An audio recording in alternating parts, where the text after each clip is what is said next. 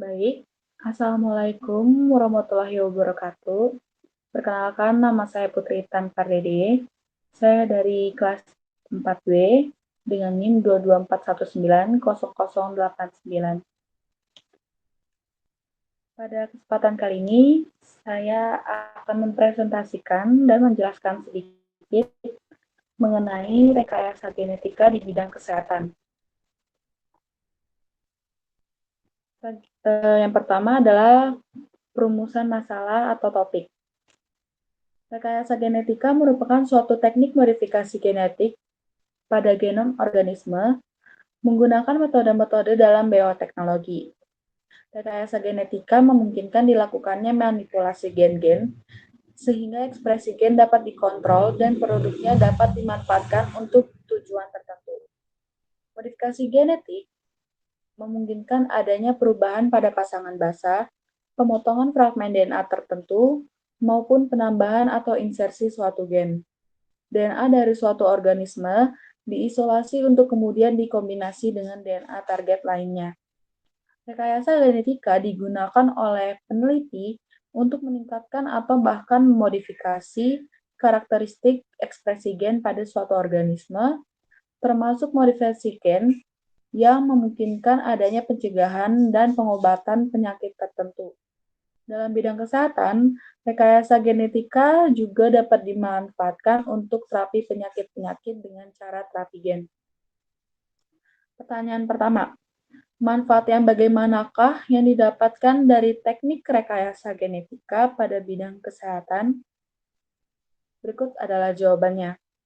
Bioteknologi dalam bidang kesehatan memberikan manfaat dan membantu dalam pemecahan masalah, seperti mendiagnosa, mencegah, serta mengobati berbagai penyakit, termasuk penyakit genetis. Yang pertama adalah penerapan antibodi monoklonal, yang kedua adalah antibiotika, yang ketiga pembuatan hormon manusia, yang keempat produksi hormon tumbuh, yang kelima vaksin, yang keenam enzim. Pertanyaan nomor 2. Metode apa sajakah yang sering digunakan dalam teknik rekayasa genetika pada bidang kesehatan? Jelaskan jawabanmu. Berikut adalah jawabannya. Beberapa metode yang sering digunakan dalam teknik rekayasa genetika meliputi terapi gen, cloning, PCR atau polymerase chain reaction, DNA rekombinasi, dan teknologi plasmid. Metode terapi gen.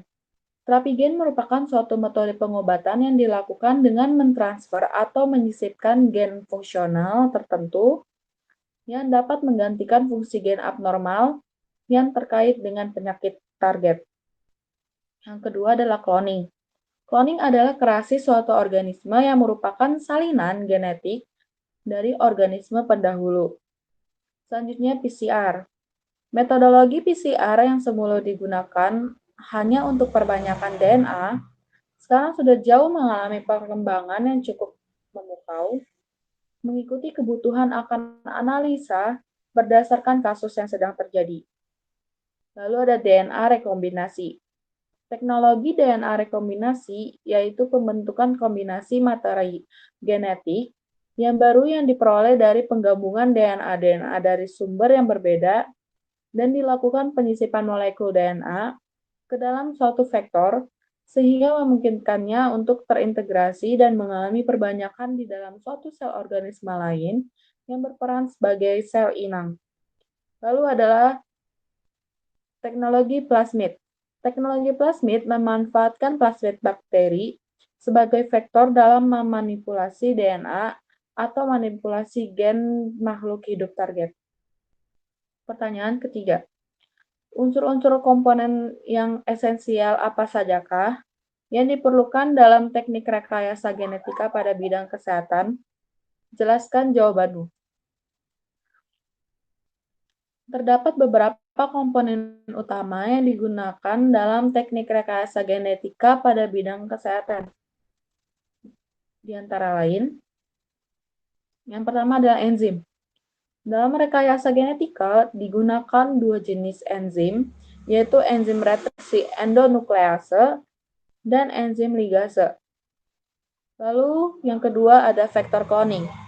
Vektor kloning merupakan suatu komponen pembawa gen yang akan dimasukkan ke dalam sel inang. Yang ketiga, sel inang yang kompeten. Sel inang yang kompeten berfungsi untuk memperbanyak molekul DNA rekombinan hasil rekayasa genetika. Pertanyaan keempat, bagaimanakah proses-proses dasar dalam teknik rekayasa genetika pada bidang kesehatan? Proses rekayasa pada bidang kesehatan dengan metode terapi gen meliputi tahapan berikut. Yang pertama adalah isolasi gen target, yang kedua penyisipan gen target ke vektor transfer, yang ketiga transfer vektor yang telah disisipi gen target ke organisme yang akan diterapi. Lalu adalah transformasi pada sel organisme target.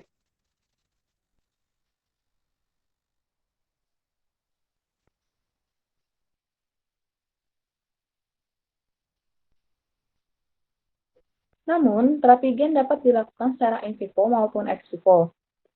Terapi gen secara in vivo dilakukan dengan cara mengantarkan materi genetik secara langsung ke kulit atau jaringan pasien. Terapi gen secara in vivo memiliki spesifitas dan efisiensi yang lebih rendah dibandingkan terapi gen secara ex vivo. Pengantaran in vivo dapat menggunakan vektor virus dan vektor non-virus. Selanjutnya, terapi gen secara ex vivo memiliki tahapan yang lebih kompleks dibandingkan secara in vivo.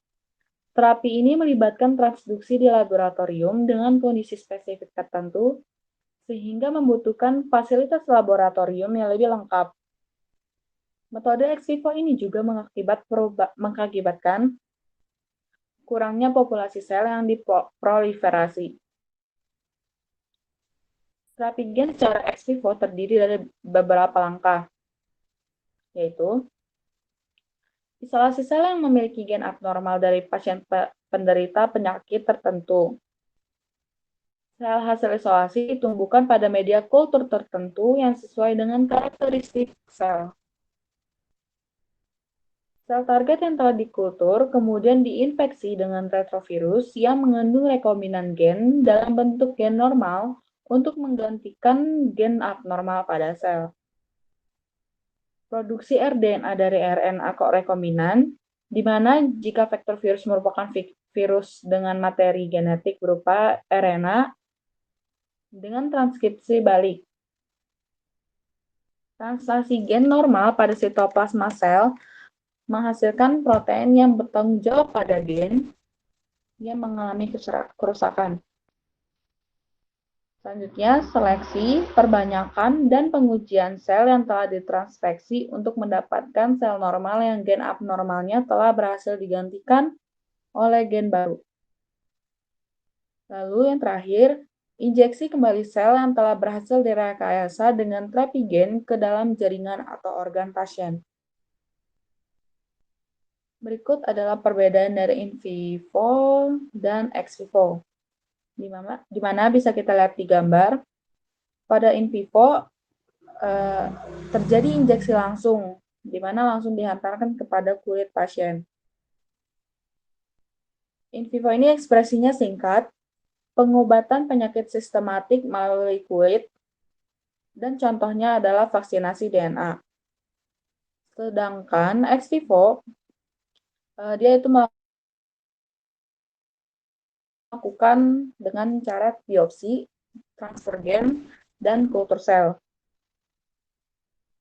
Ex vivo ini memiliki ekspresi jangka panjang, pengobatannya genodermatosis, dan contohnya transduksi sel puncak. Demikian presentasi dari saya. Kurang lebihnya mohon maaf. Wassalamualaikum warahmatullahi wabarakatuh.